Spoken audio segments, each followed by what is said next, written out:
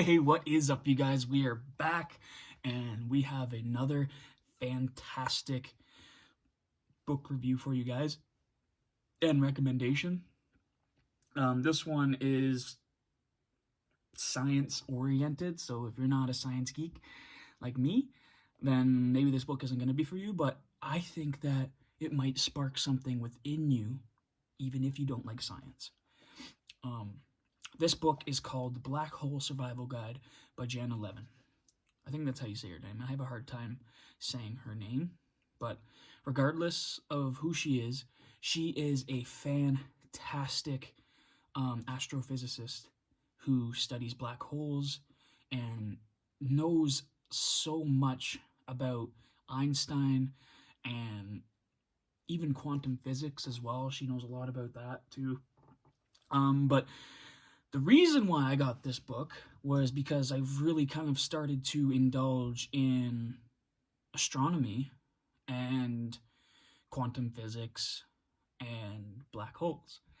They're so interesting. They're so mysterious, but we've come to learn so much more about them that they're not so mysterious anymore.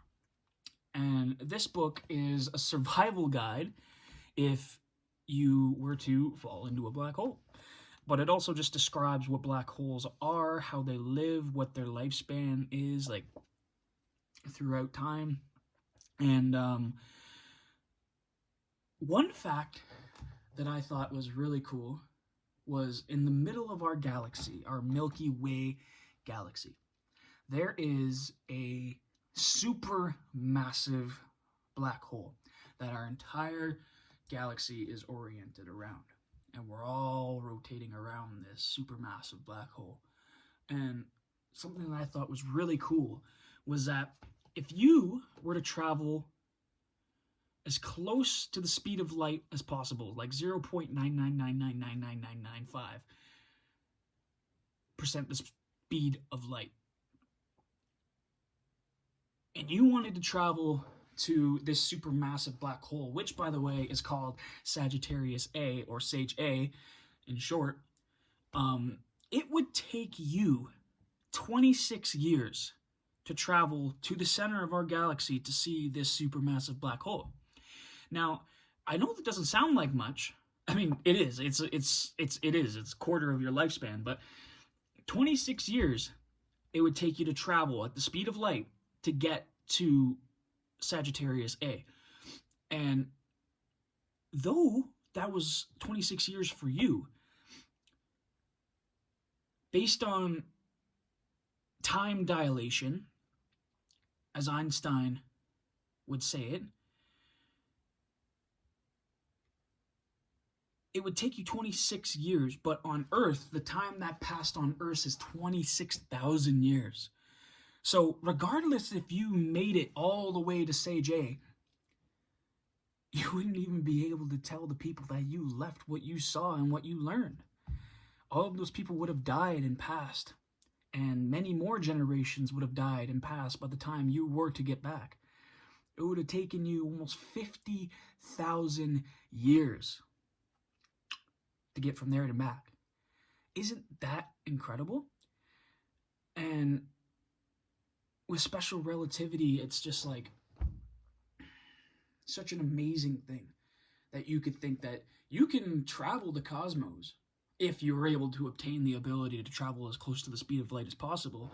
But you could travel the cosmos, but the only people that you'd be able to share whatever you learn with are the people that you're traveling with.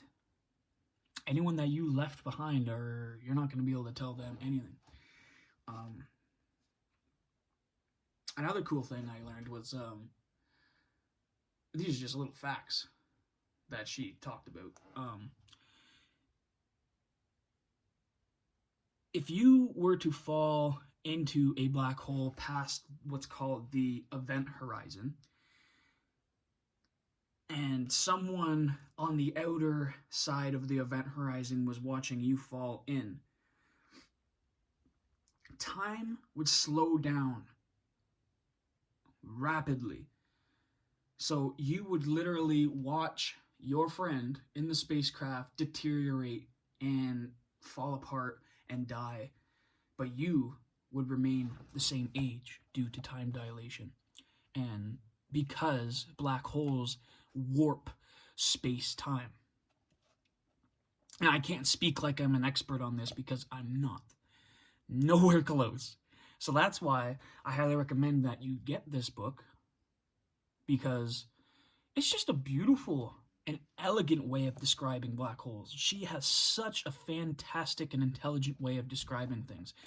And I would highly recommend this to anyone. But if you want, I could read you a quick segment of this book, if you're interested. This chapter is called Space. Black holes are much male-aligned, depicted unfairly as behemoths when they are often benign and actually by nature quite small. Still, before you travel, you should do your research and consider the hazards, the perils. In fairness, are exceptional and unmatched if you are not careful. As with nature, untamed here on Earth, black holes demand respect for navigation. After all, you are a trespasser on their territory. Black holes were the unwanted product of the plasticity of space and time, grotesque, extreme deformations, grim instabilities. Honestly, they're not much an anathema to scientists now. Black holes are a gift, both physically and theoretically. They are detectable on the farthest reaches of the observable universe, and they anchor galaxies, like I just said, providing a center for our own galaxy to pinwheel and possibly other island of stars. Every other island of stars. And theoretically, they provide a laboratory for the exploration of the farthest reaches of the mind.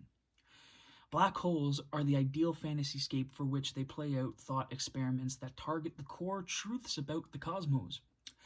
When in pursuit of a black hole, you are not looking for a material object. A black hole can masquerade as an object, but it is really a place in space and time. Better, a black hole is a space-time. Imagine an empty universe. You have never seen or experienced such a pristine place, a vast nothingness that is the same everywhere, vast and bare and flat. Still three-dimensional, but everywhere flat. Here is the sense in which an empty universe is flat space. If you were in a flat space, you would float on a straight line. Despite the fact that you are not falling in the colloquial sense, free motion is called free fall. You are in a fall as long as you do not fire any rockets, get pulled, or pushed. Essentially, as long as there is only gravity, just surrender to space. If free motion can be traced by straight lines, and lines that begin parallel never cross, then geometry of space is flat. And I love the imagery that she uses too. It's very, very cool. The artist that she had for this book was pretty cool. I like it. Very simple, but very effective.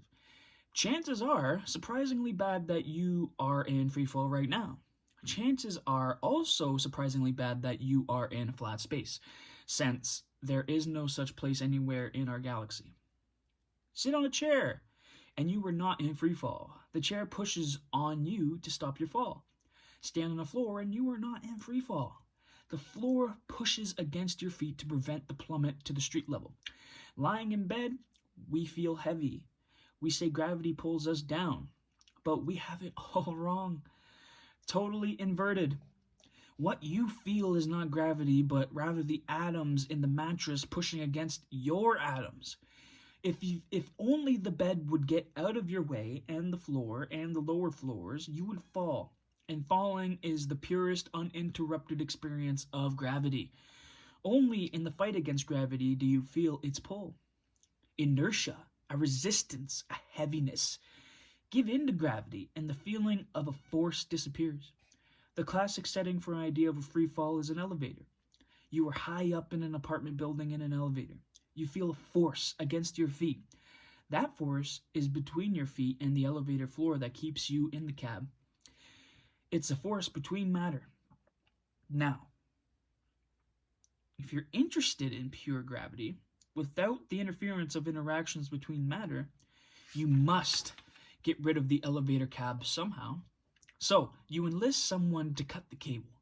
The elevator falls and you with it. During the descent, since you and the floor fall at the same rate, you would float in the elevator. You don't fall to the floor because the floor is falling too. You could push off the walls, tumble in the air. You seem weightless, as though you were an astronaut in a space station. You could pour water out of your water bottle and drink the droplets from the air like an astronaut does. You can release a pen, a phone, a rock in front of you, and these float too. Einstein called this profoundly simple observation: that we experience weightlessness when we fall. The happiest thought of his life.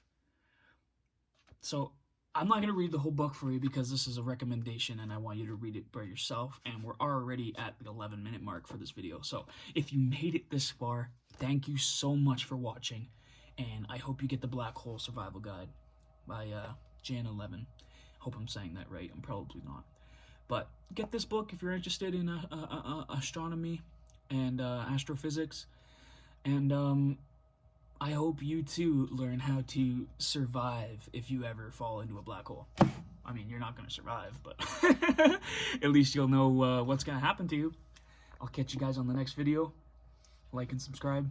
Leave a comment if there's any other books that you would like me to read, and I'll let you know what I think. Catch you guys on the next one. Bye.